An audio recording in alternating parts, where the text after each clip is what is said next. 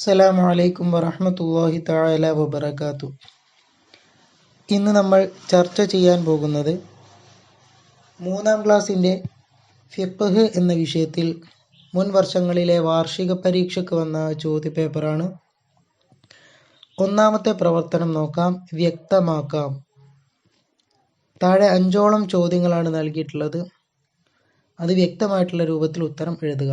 ഒന്നാമത്തെ ചോദ്യം: നിസ്കാരത്തിൽ സലാം വീട്ടിയ ഉടനെ 3 തവണ ചൊല്ലേണ്ടത്. ഒന്നുകൂടെ നോക്കാം. നിസ്കാരത്തിൽ സലാം വീട്ടിയ ഉടനെ 3 തവണ ചൊല്ലേണ്ടത് എന്താണ്?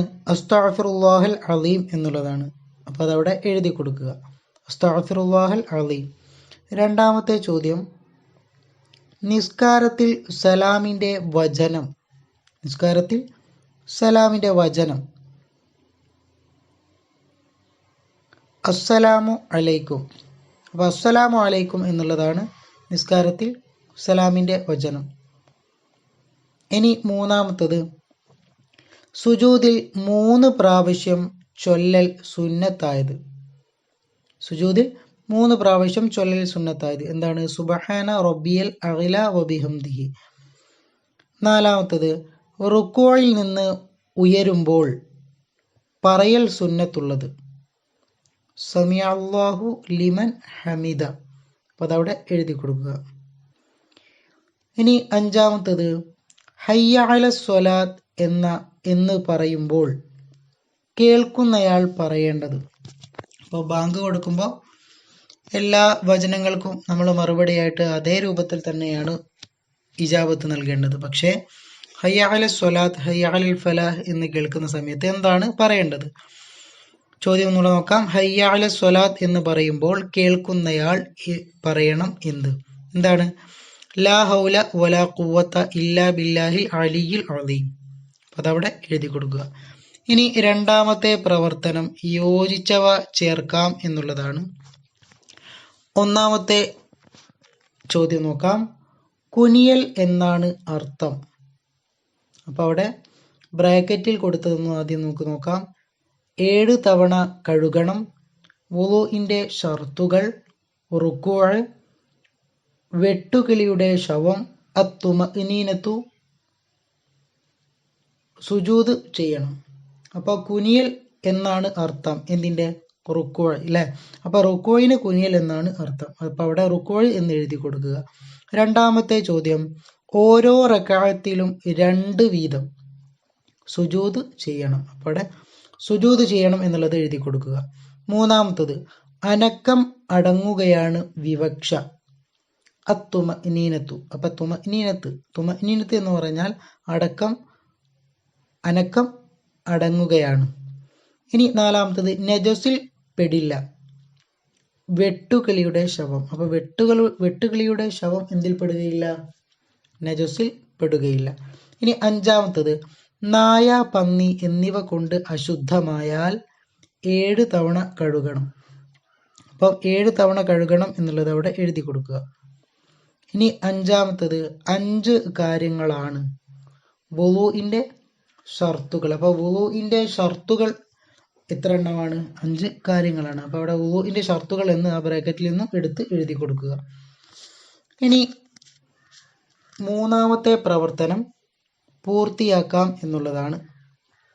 ഒന്നാമത്തെ ചോദ്യം: സുബിഹിലും റമദാൻ അവസാനത്തെ പകുതിയിലെ വിത്റിലും കുനൂത്ത് ഓതൽ. അപ്പോൾ അവിടെ കുനൂത്ത് ഓതൽ എന്നുള്ളതാണ് എഴുതാനുള്ളത്.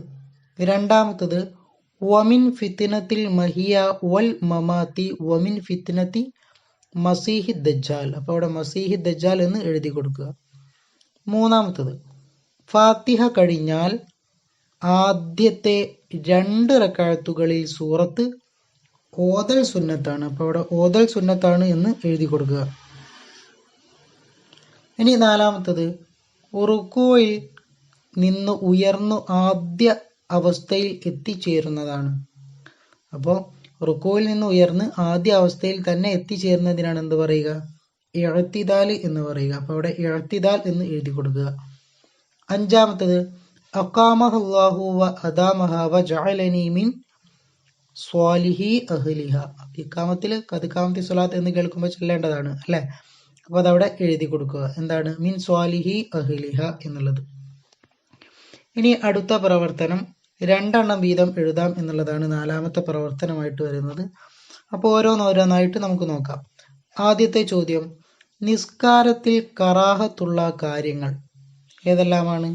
ഒന്ന്, നിസ്കാരത്തിൽ കാലുകൾ ചേർത്തി വെക്കുക, മുകളിലേക്ക് നോക്കലും തിരിഞ്ഞു നോക്കലും, തലയും ചുമലും തുറന്നിടൽ, വസ്ത്രം മുടി എന്നിവ ചുരുട്ടിവെക്കൽ, ഒരു കാലിൽ നിൽക്കൽ, നടുവിന് കൈ കൊടുക്കൽ. അപ്പൊ ഇതെല്ലാം നിസ്കാരത്തിൽ കറാഹത്തായിട്ടുള്ള കാര്യങ്ങളാണ്.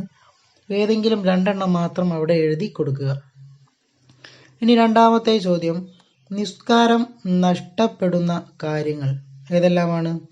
നിസ്കാരത്തിന്റെ ഫർളുകളിൽ വല്ലതും ഒഴിവാക്കൽ, ഏതെങ്കിലും ഷർത്തിന് ഭംഗം വരിക, 2 അക്ഷരമോ അർത്ഥമുള്ള 1 അക്ഷരമോ ഉച്ചരിക്കുക,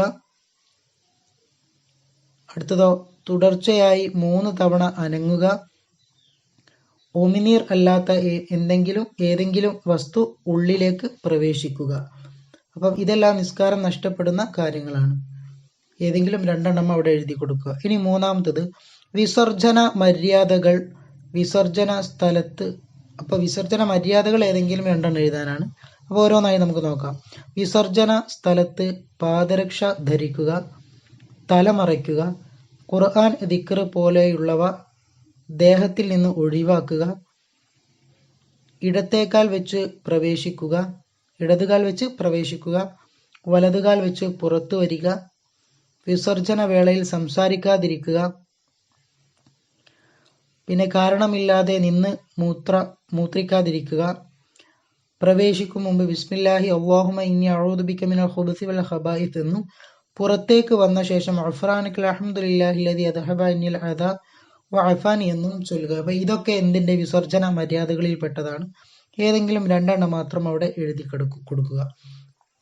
ഇനി 5ാമത്തെ പ്രവർത്തനം ഉത്തരം എഴുതാം എന്നുള്ളതാണ്. 4ഓളം ചോദ്യങ്ങളാണ് അവിടെ നൽകിയിട്ടുള്ളത്. അപ്പോൾ ഓരോന്നായിട്ട് നമുക്ക് നോക്കാം. 1, രക്തം കൊണ്ട് നജസായാൽ എങ്ങനെ ശുദ്ധിയാക്കാം? ഉത്തരം, അതിന്റെ നിറം, മണം, രുചി എന്നിവ പോകുന്നതുവരെ കഴുകണം. 2ാമത്തെ ചോദ്യം, പഠിക്കേണ്ട ആവശ്യത്തിന് വുളൂ ഇല്ലാതെ മുസ്ഹഫ് തൊടാം ആർക്ക്? ഉത്തരം, വിവേകം ഉള്ള കുട്ടികൾക്ക്. 2ാമത്തത് ആണ് വിവേകമുള്ള കുട്ടികൾക്ക്. ഇനി 3ാമത്തത്, ബാങ്കിന്റെയും ഇഖാമത്തിന്റെയും മുമ്പും ശേഷവും ചൊല്ലണം എന്ത്? അല്ലാഹുമ്മ സ്വല്ലി വസല്ലിം അലാ സയ്യിദിന മുഹമ്മദ്. 4ാമത്തെ ചോദ്യം, നിസ്കാരത്തിൽ അബ്ആദ് സുന്നത്തുകൾ അല്ലാത്തവയ്ക്ക് എന്താണ് പറയുക? ഹൈആത്ത് സുന്നത്തുകൾ. ദുആ വസിയത്തോടെ നിർത്തുന്നു. വാഖിർ ദഅവാന അനിൽ ഹംദുലില്ലാഹി റബ്ബിൽ ആലമീൻ. അസ്സലാമു അലൈക്കും വറഹ്മത്തുള്ളാഹി തആല വബറകാതുഹു.